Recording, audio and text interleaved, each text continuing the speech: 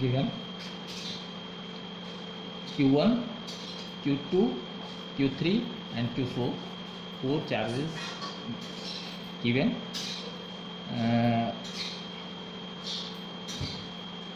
Are 4 charges placed at the vertices of a square whose sides is 10 cm and a Q0 charge placed at the center of the given square. और question में क्या कह रहा है, तो यहाँ पर अगर इसको हम लोग देखते हैं तो इसमें कितना फोर्स कहाँ कौन लगा रहा है। सबसे पहले ए की बात करते हैं, तो ये फोर्स लगा रहा है किस पर, Q0 पर, तो यानी Q1 फोर्स लगाएगा, ये क्या है, पॉजिटिव चार्ज है, ये भी पॉजिटिव चार्ज है, तो क्या करेगा, इसको रिपेल करेगा, ठीक है ना, इसमें रिपल्सन होगा ना, समझ रहे हो, ये इसको इधर रिपेल करेगा, तो इसका डायरेक्शन हो जाएगा इधर, ठीक है, क्लियर।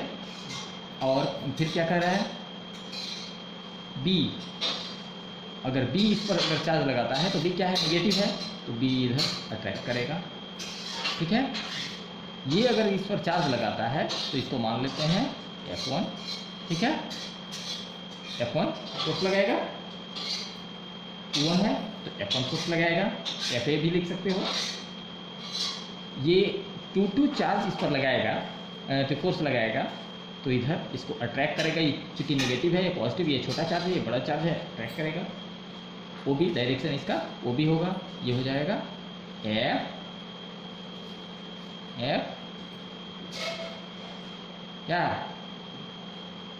F2 ना, 2 ना चार्ज लगा रहा है, 2 ना फोर्स लगा रहा है, यहाँ F1 ये फोर्स लगा रहा है, इसको रिपेल कर रहा है, ये इसको क्या कर रहा है, निगेटिव है तो इसको अट्रैक्ट कर रहा है, नहीं समझ में आ रहा है। और ये क्या है, अब C देखो, C इस पर फोर्स लगाएगा, ये पॉजिटिव है, ये भी पॉजिटिव है, तो इसको ये रिपेल करेगा, तो ये किधर रिपेल करेगा, कोई डायरेक्शन में, इस डायरेक्शन में क्या हुआ, F3, ठीक है। और ये इसको क्या करेगा, Q4 क्या करेगा, इसको Q0 को अट्रैक्ट करेगा, पॉजिटिव है, ये निगेटिव, समझ कर समझो ध्यान से, क्लियर है। इसके बाद अब यहाँ पर बताना है, तो इस पर नेट फोर्स O पर Q0 पर कितना लग रहा है, तो सबसे पहले A का फोर्स लगाने का, तो A का फोर्स लगाने के लिए अगर रिकॉल करते हैं हम लोग, थोड़ा सा रिकॉल करो, कूलम्ब्स लॉ क्या है, force equal to Coulomb's law क्या है, क्या कहता है Coulomb's law, 1/4 pi epsilon naught into Q1 Q2 by R square. What is R? We have Q1 and Q0. We have two charges. दो charge के बीच कितना अट्रैक्शन या रिपल्सन का फोर्स लग रहा है, इसको कूलम्ब्स बताता है। तो कूलम्ब्स लॉ में Q1 Q2, तो ये Q1 और ये दोनों चार्ज के बीच हम फोर्स पहले देखना चाह रहे हैं, तो यानी force on Q0 due to Q1, ठीक है ना, Q0 और force on O due to A, ठीक है, इस तरह से लिख सकते हैं। तो इसमें हमको ये दोनों चार्ज हमको मालूम है, ये कांस्टेंट है, K की वैल्यू है, ये मालूम है, ये यहाँ पर R, ठीक है ना, R नहीं मालूम है, ये दोनों चार्जेस के बीच का जो डिस्टेंस है वही हमारा R होता है, ठीक है ना, दोनों चार्जेस के बीच का डिस्टेंस हमारा R होता है। तो दोनों चार्ज के बीच का डिस्टेंस हम लोग जानेंगे कैसे, तो अब यहाँ पर आप ध्यान दीजिए, एक बार पहले भी बताया गया है, और ये चूंकि ये डायगोनल है, सिंस ये क्या हुआ, AC and BD, since AC equal to BD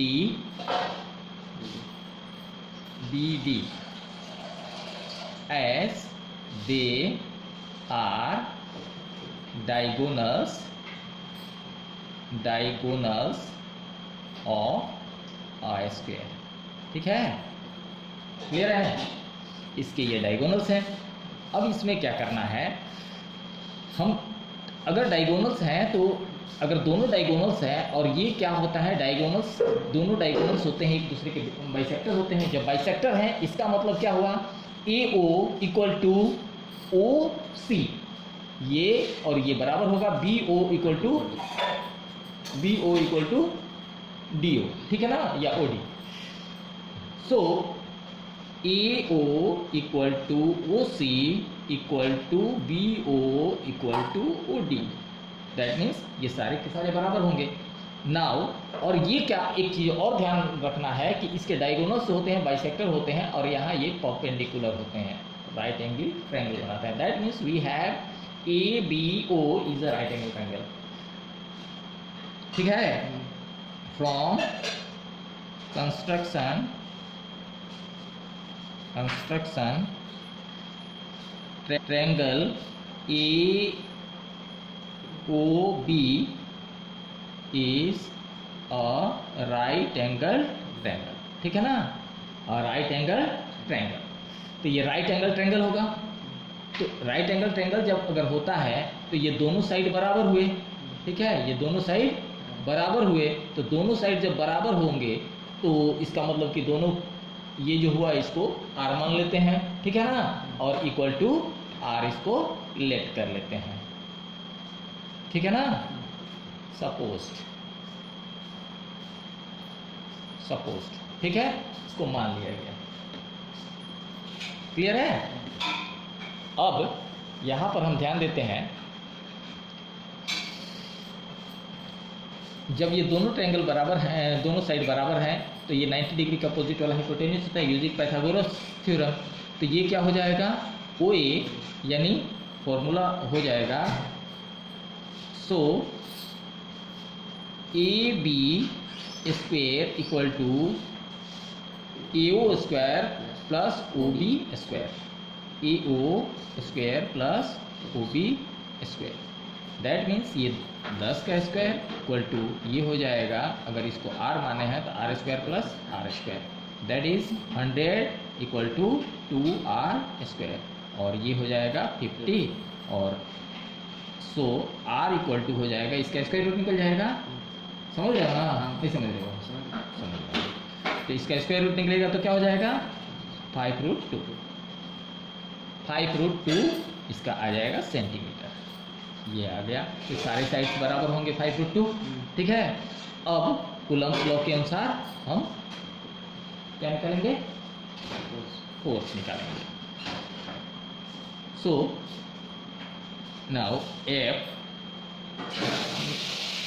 F O due to A, ठीक है ना, F या F0 due to 1 equal to क्या हो जाएगा, K into Q1 into Q2। तो Q1 कितना है 2 coulomb, 2 microcoulomb, 2 microcoulomb into 1 microcoulomb, 1 micro, ये माइक्रोकूलम नहीं लिखेंगे इसके बाद क्या हो जाएगा बाई आर स्क्वायर, आर क्या हुआ 5√2 का स्क्वायर, ठीक है। और इसका डायरेक्शन क्या हो रहा है, अलोंग ओ ए, अलोंग ओ ए, अलोंग ओ ए, ठीक है। क्लियर है, यहाँ तक कोई दिक्कत। अब यहाँ पर इसको अगर फाइंड करते हैं हम, तो यहाँ के रहने दीजिए, बाद में देखेंगे इसको। और ये क्या हो जाएगा, ये माइक्रोकूलम है, और एसआई यूनिट के अनुसार इसको कन्वर्ट करना है। तो ये क्या हो जाएगा माइक्रोकूलम का 10 टू द पावर -6 से क्या करेंगे, डिवाइड करेंगे, डिवाइड नहीं करेंगे, क्यों इंटू करेंगे, 2 × 10 टू द पावर -6, हम -6 से इंटू करेंगे, 10 टू द पावर 6 से मल्टीप्लाई करेंगे, डिवाइड करेंगे। पॉजिटिव रहेगा तो अपोजिट साइड में होगा, और नेगेटिव रहेगा तो सेम साइड में। तो 2 into 10 to the power -6 into 1 into 10 to the power -6, अब बाई ये हो जाएगा 25 दूना 50, ये 50 हो गया। फिर अब इसको सॉल्व करते हैं तो ये क्या हो जाएगा, कि 2 into 10 to the power minus 12 by 50। इससे ये कट जाएगा, कितना टाइम में? 25 टाइम में। अब ये हो गया हमारा k 10⁻⁻12 बाई 25, इतना ही रहने दो, ये क्या हो जाएगा? न्यूटन। ठीक है, ये फोर्स एग्जर्ट होगा। क्लियर है? ये पहला हो गया। नाउ यहाँ फोर्स हमारा क्या है, देखिए अब यहाँ पर हम सिमिलरली इसको फाइंड कर लेंगे।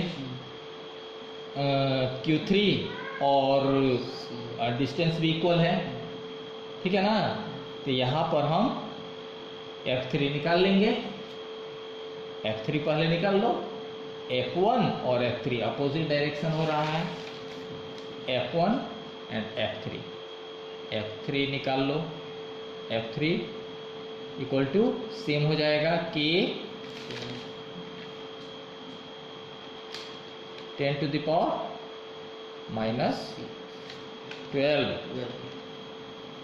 अपॉन 25। ठीक है, अलोंग यहाँ भी डायरेक्शन लिखाएगा, अलोंग वे थोड़े है रे, ये लगाया है तो ओ, ये जो है इसको रिपेल करेगा ना, ओसी और यहाँ ओए। ठीक है, सिमिलरली, ठीक है ना?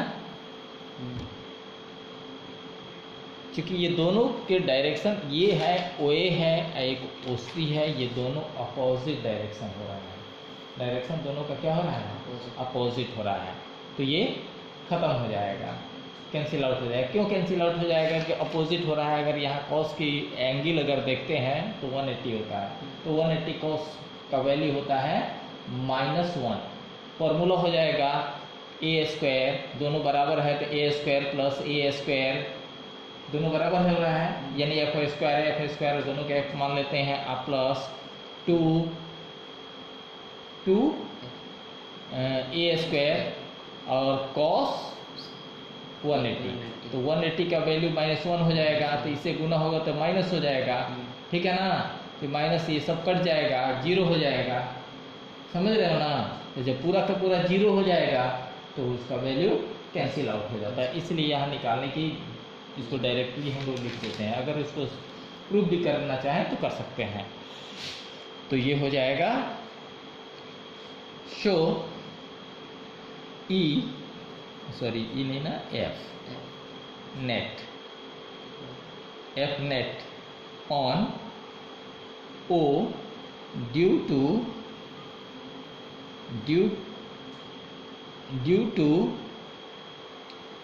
F1 and F3।